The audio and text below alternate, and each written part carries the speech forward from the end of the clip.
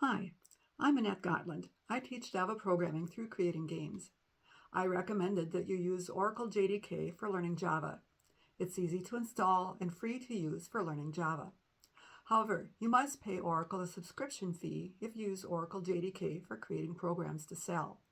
In that case, you may want to use OpenJDK instead.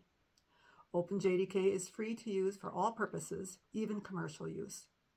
In this video, I'll tell you how to choose between Oracle JDK and OpenJDK. I'll demonstrate how to install each of them, and I'll list other topics to consider for selling your programs. Whether you use Oracle JDK or OpenJDK depends on what you plan to do with your program. The biggest difference is whether you plan to sell the programs you create. In other words, if you're making them for commercial use. Surprisingly, both Oracle JDK and OpenJDK are the exact same code, both provided by Oracle. So what's the difference? Oracle JDK comes with an installer. OpenJDK does not. So Oracle JDK is easier to install. Oracle JDK comes with the Oracle support to help you migrate to future releases of Java. OpenJDK does not. You must pay a subscription fee to use Oracle JDK for commercial use.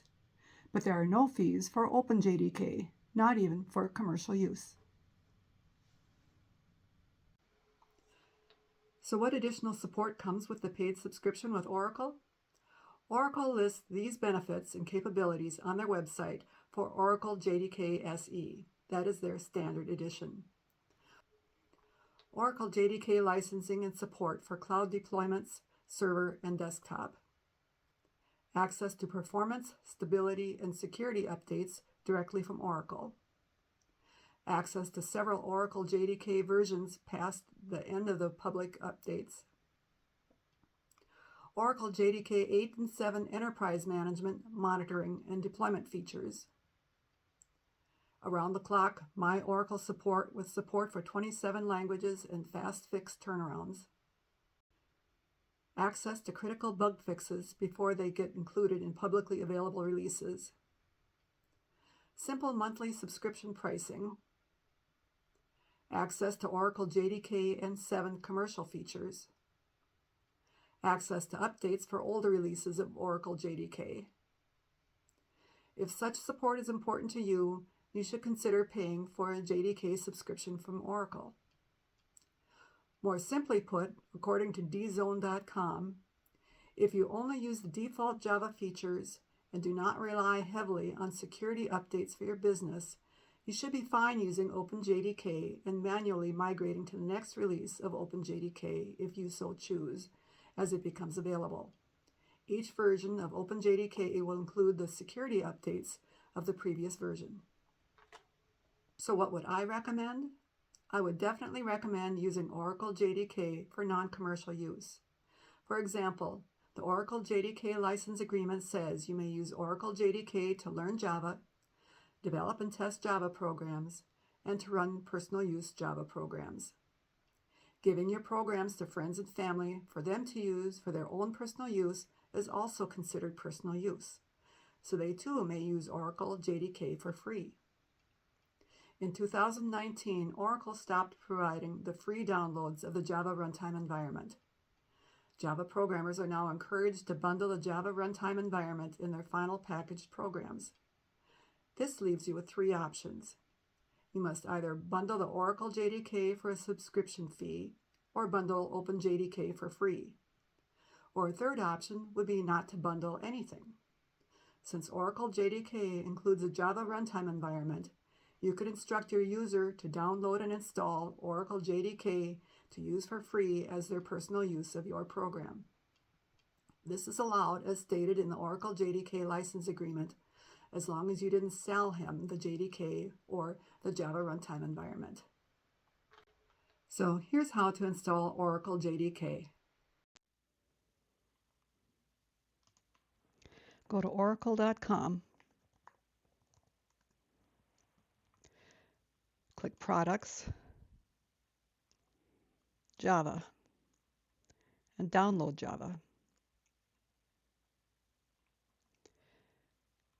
You may see more than one version of Java offered. Here we have both JDK 25 and JDK 21. Either one would be a good choice because they're both long-term support releases. The JDK 25 likely has newer features and performance enhancements, but JDK 21 likely has fewer issues since it has been in use longer. Because we won't need the latest Java enhancements for the games in this series, JDK 21 should be sufficient for these lessons. So I'll select JDK 21. Next, choose the operating system that you're installing it on. I'm going to install it on Windows. Could really install any of these packages. I'm going to choose the MSI installer because MSI installers are specifically made for installing on Windows. So I wanted to save the file. I'm going to create a new folder for saving the JDKs. I'm going to call that JDK. Click Open to save it in that folder. Now here we can watch the progress of the download, and it is completed. Click the folder icon to come into the folder.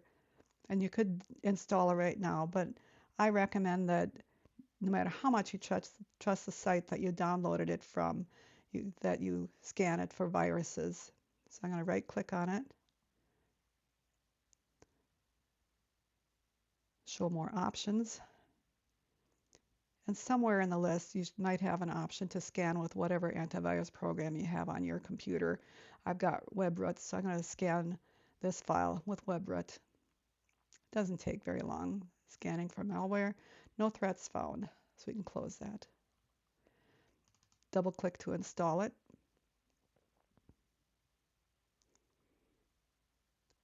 And welcome, and this will guide us through installing. I click next. Ask me where to install it. I'm going to let it go to the default location. Next.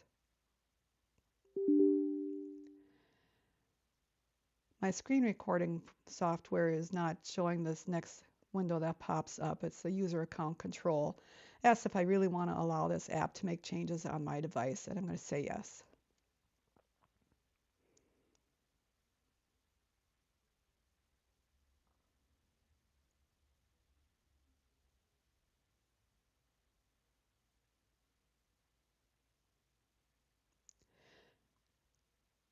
I don't need the tutorials or API documentation or any of that, so I'm just going to go ahead and close it.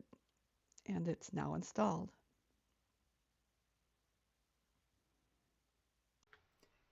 If you want to install OpenJDK, follow these steps.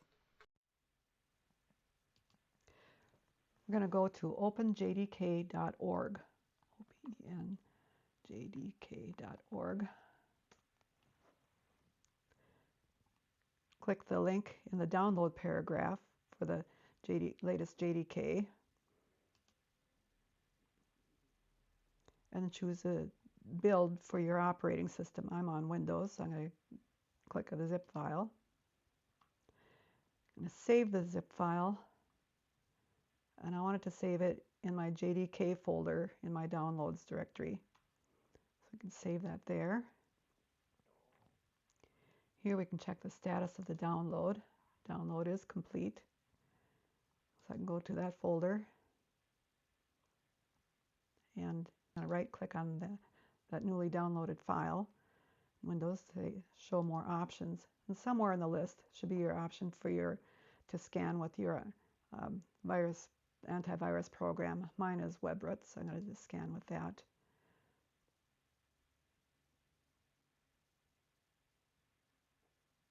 And no threats were found, so I can close that. Next, I need to extract all the contents out of this zip file. So right click on it, say select extract all. We need to put that into the program files directory, so click browse, so C:, program files, Java. And that's where I wanted to save it, is in this Java folder. I'm going to select that folder.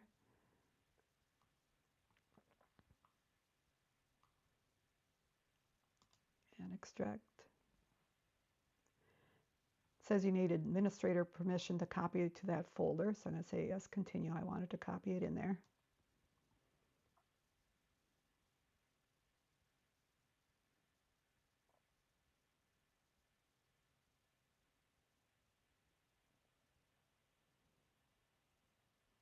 And there it is. So everything is in place where we need it now, but next we need to set some environment variables for this to work. First we have to search for where to set the system environment variables.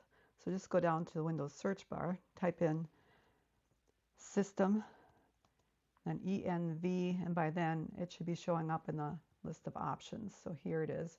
We'll edit the system environment variables. Make sure it's on the Advanced tab. Click Environment Variables. First, we need a Java Home variable in here. So click New. Java Home is all caps, Java _ home, and give it a value of the folder where you just installed the Java. It's in C:/program files with a space between the words, Java/JDK. Mine was in JDK 25.0.1. Click OK. So we now have a new system variable for Java Home in here. What we need to do is add it to the path. So here's the path. It might be a upper lowercase, it might be all uppercase, but we just want to add it to the beginning of this path so it searches that folder when it's trying to work with Java. So we're going to click Edit. And we want to add Java Home to the beginning of this list. So we're going to click New. And we're going to put % around Java Home, which means to use the value of Java Home. Java _home %bin. And that's how it's going to be able to find the Java code itself. So I'm going to enter that and move it up to the top of the list.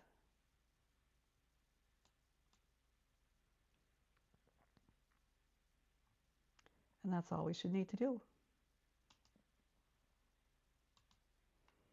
The new JDK is now installed. Key points and more. A Java Development Kit, JDK, is needed to generate Java programs from Java code. You'll need to choose between Oracle JDK and OpenJDK. If you feel you can manually migrate to future Java releases as needed, you should be fine using OpenJDK for commercial use. When you install a JDK, you may need to choose between more than one release. Only choose long-term releases, as those will be available for a longer time. If more than one long-term release is available, and if you don't need the features of the newer release, choose the older one, as it has been in use longer and should have fewer issues. Download Oracle JDK from this Oracle website. I'll provide the links in the description. The downloaded file is the complete installer. Download OpenJDK from this OpenJDK website. After you download the file, extract its contents to C:/program files Java. Next, set the program variables for Java Home and path to the JDK file you just installed. For example, C:/program files Java JDK-21. Before I leave you, I want to briefly cover one more topic. Earlier, I mentioned that you need to consider which JDK to use if you want to sell your programs. There are other things you should also consider if you want to sell your programs, or even if you just want to make your programs easier for others to use, such as bundle your program and all its resources into a single downloadable file. Include a minimal Java runtime environment so others don't need to download and install Java.